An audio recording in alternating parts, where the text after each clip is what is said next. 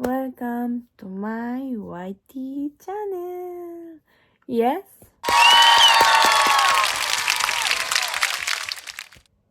So, ayan guys. Welcome to my YT channel guys. At kakaligo ko lang at kakadryer ko lang po guys. Kaya medyo parang buhaghag. Hindi pa ako nagpahid ng hair oil. So, yan. For today vlog is actually gusto ko lang magkwento. Kumbaga gusto ko lang humingi ng idea sa inyo guys. Kasi malapit na ang birthday ng aking asawa. Sa October 20 po ang kanyang birthday at wala pa akong naiisip na regalo guys. Ano kaya magandang regalo kasi ayaw niya ng damit, ayaw din na niyang sapatos. Wala daw siyang gusto guys, kaya ang iniisip ko, kahit sabihin niya pang ayaw, bilihin ko kaya ng damit.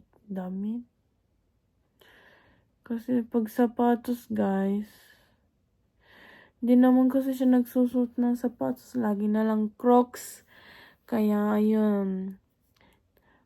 Ano maganda? Meron nga siyang sapatos, meron nga siyang magandang boots, magandang sapatos.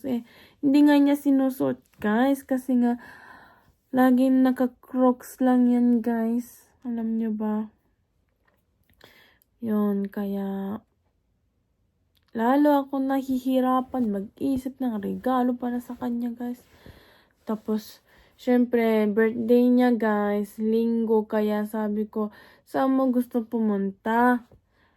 Tinanong ko. Wala daw siyang gustong puntahan, guys. Kung wala kang gustong puntahan, ano bang gusto mong kainin sa birthday mo? Kahit kakain na lang tayo sa labas, sabi ko naman. Alam mo, sagot niya, guys, ha? Yung favorite niyang pagkain, yung favorite niyang luto. Favorite ng luto ng aking nanay, guys. At walang iba kundi sinigang baboy. Kaya ayan, sabi ko, ano bang gusto mong kainin sa birthday mo? Sinigang. Napaisip ako, meron bang restaurant na sinigang ang muntik pa ako mag-search, sabi ko, sinigang? Pagkain nyo na, sabi ko naman sa kanya.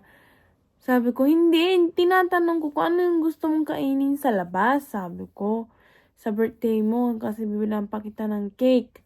Sabi niya, sinigang nga. Sabi, galit pa. Hindi naman galit. Kumbaga, parang galit-galitan lang kunyari, di ba? Sabi ko, sinigang nga. Sabi niya, saan, ano yan? Sabi ko naman, saan restaurant yan? Sabi, hindi restaurant, pagkain nga. Sabi niya. Edi, sinabi ko, Mami, pagkain... Ha? Sinigang? Sabi ko. Napaisip ako, Mami, meron bang pagkain na napaganon ako? Tapos, habang sinasabi ko yung kay Mami, sabi ko, sinigang? Ha? Sinigang ano yun na? Sinigang baboy ba? Sabi ko pa sa kanya. Tapos, ang sagot niya, oo nga, yun lang yung gusto ko, sinigang baboy. Wala na akong ibang hinihiling sa birthday ko, kundi makakain ako ng sinigang baboy, sabi niya.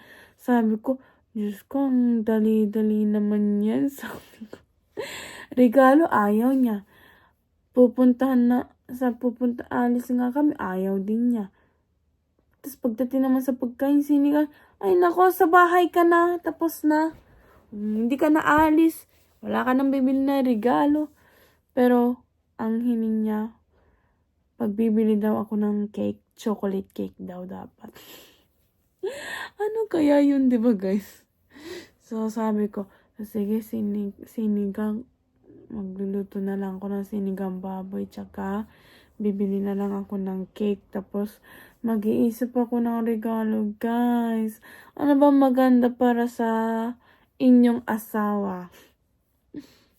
Kasi meron ng sapatos. Hindi naman ayaw na ng sapatos, ayaw niya ng damit. Ano bang maganda, di ba? Jacket na lang kasi palamig naman dito eh. Pero last year ata binilang ko siya ng jacket, hindi niya nga nasuot kasi ang ugali niya, guys. Anting ito. Hanggat hindi pa nasisira yung suot niyang damit, hindi niya gagamitin yung bago. Kahit lahat yung hindi lang sa damit, pati sapatos, guys. Dalawa yung sapatos niya. Hanggat hindi pa nasisira itong sapatos na to, hindi niya gagamitin tong bagong isa. Ganun siya, guys. Kaya ang hirap, guys. Yung brief niya nga sabi niya, nakakatawa. Yung brief niya, guys, sabi niya sa akin, kasi ang tawag niya sa akin, Maru eh. Maru, sabi niya, yung brief ko, medyo butas-butas na, kinakagat ata pag nakasampay nga sa labas, di ba?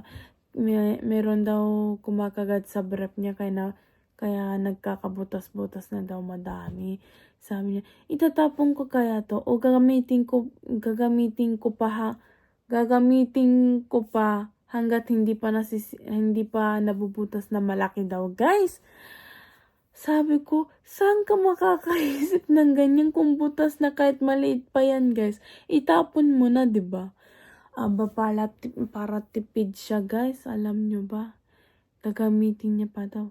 Tapos yun nga kahapon, di ba, guys? Sabi ko sa kanya, di ba sabi mo butas-butas na yung brief mo? Itapon mo na kaya kasi kasi kahapon kasi saktong pagtapon ng basura ng mga damit-damit, mga lumang damit. Kasi Lunes kasi pagtapon ng mga lumang damit, mga dyaryo, ganun. Kaya yun, sabi ko kahapon ng umaga, guys. Sabi ko, itapon mo na kaya? Sabi naman niya, itapon ko na kaya kasi butas na ganyan, no? Nung una, ganyan kaliit daw. Ganyan. As in ganyan daw kaliit. Malaki pa nga yan eh. Basta ang liit, ganyan, no? Ganyan daw kaliit. Parang kinagatan ng langgam, ganun, guys. Kaso, kahapon daw, nung tiningnan niya daw yung brief kasi nga nakasampay nga sa labas, tas pinasok ko, sabi ko, Jowa, tingnan mo yung panty mo, ay yung brief mo, ganyan na yung butas. Itapon ko na kaya, sabi niya kahapon, kaya yun sabi. Kinapon, tas, sa wakas, naglabas ng bagong brief, as in bago, mayroong pantag, guys, diba?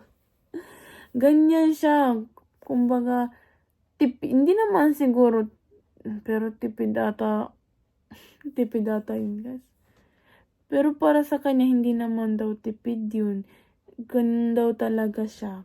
Hanggat hindi pa naluluma yung gamit, hindi siya bibili ng bago.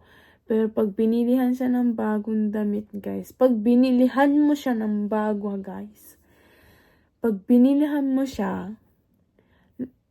lulumain niya muna yung luma. Tsaka niya bubuksan yung bago. Ganun siya, guys. Kaya ang hirap pilihan siya ng regalo, guys, no? Kaya maganda. Kaya yun, 2 araw na ako nag-iisip para sa kanya. Para sa birthday gift niya, guys. Kasi ako, syempre ako kasi madami akong gusto. Sa madami akong gusto, sa loob na madami akong gusto, pumili siya ng isa at yun yung binili sa akin, guys. Kaya ako, guys, ganun din sana gagawin ko kasi wala siyang gusto kahit isa. Kahit gamit, kahit hindi pa gamit man, kahit pagkain pa, ayaw, guys. Kaya yan, sinigan na lang daw. So, tulungan niyo ako guys kung ano yung magandang birthday gift para sa asawa. Paki-comment po sa down below. So, tatapusin ko na po yung vlog ko kasi sumasakit na yung ulo ko kakaisip ko ano yung birthday gift na ibibigay ko sa kanya. So, ayan guys. Thank you for watching. Abangan ko yung comment nyo. So, ayan. See you next video. Please like and subscribe. Bye-bye.